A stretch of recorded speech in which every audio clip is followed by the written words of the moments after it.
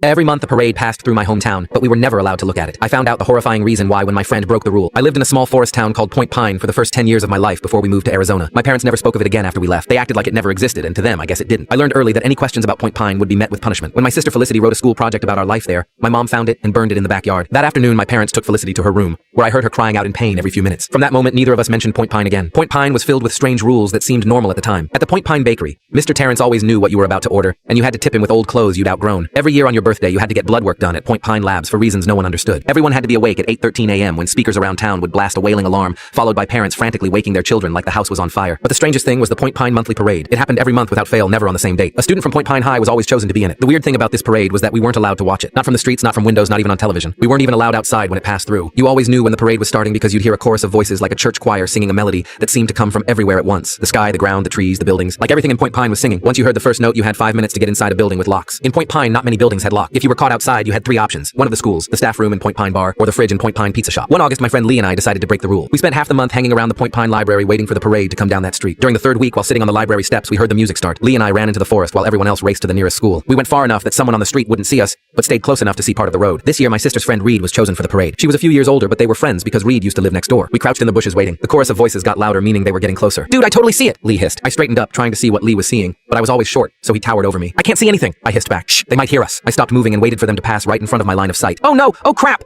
Suddenly, Lee dove to the ground, landing in fetal position with his head in his hands. "What?" I asked, looking from him to the street. "I saw her. I saw that girl," he exclaimed. "Reed?" I asked, looking over to spot her. Lee grabbed me and slammed me to the ground. "You don't want to look at it," Lee said. For the first time in all the years I'd known him, Lee looked absolutely terrified. I turned my back on the parade and sat down to look at Lee instead. "What did you see?" I whispered. "Those things, they did something to her. They're eating her, Cody. But she doesn't even care." Lee had his head in his hands and was crying now. I sat with my back to the parade, no longer wanting to see. I heard the singing get louder. "Cody." I heard the voices calling. "Don't look," Lee whispered. "Cody, Cody." Now the voice sounded like Reed. "Look at us, Cody." I shut my eyes. The voices continued for a few minutes, and at one point, Lee started wailing. I kept my eyes shut the entire time. After it moved along and continued through town, we heard everyone come out of their hiding places. I stood up and helped Lee get up. He kept his head down. "Lee, what's wrong?" I asked. I could hear him sniffling. "Lee?" He finally responded as he lifted his head. It took my eyes. I will never forget the dark bleeding holes in Lee's face and the cuts around his skin. I threw up in the forest for 3 minutes before I could help lead him out. A few adults saw us and got our parents, who came immediately. The day after that, my family moved out of Point Pine. I never knew what became of Lee. Minutes after we left, my parents acted like Point Pine never existed. It was never discussed, and I never had the nerve to ask about Lee again. As far as I know, Lee was the only person who ever saw the parade, and he was never able to see anything else after that. I don't know if Point Pine still exists. I'd like to check it out again, but even if I knew where it was, I don't think I'd ever go back. I have a feeling I wouldn't get a warm welcome, although I can't shake the thought that my parents were somehow still connected to the town, even after all those years.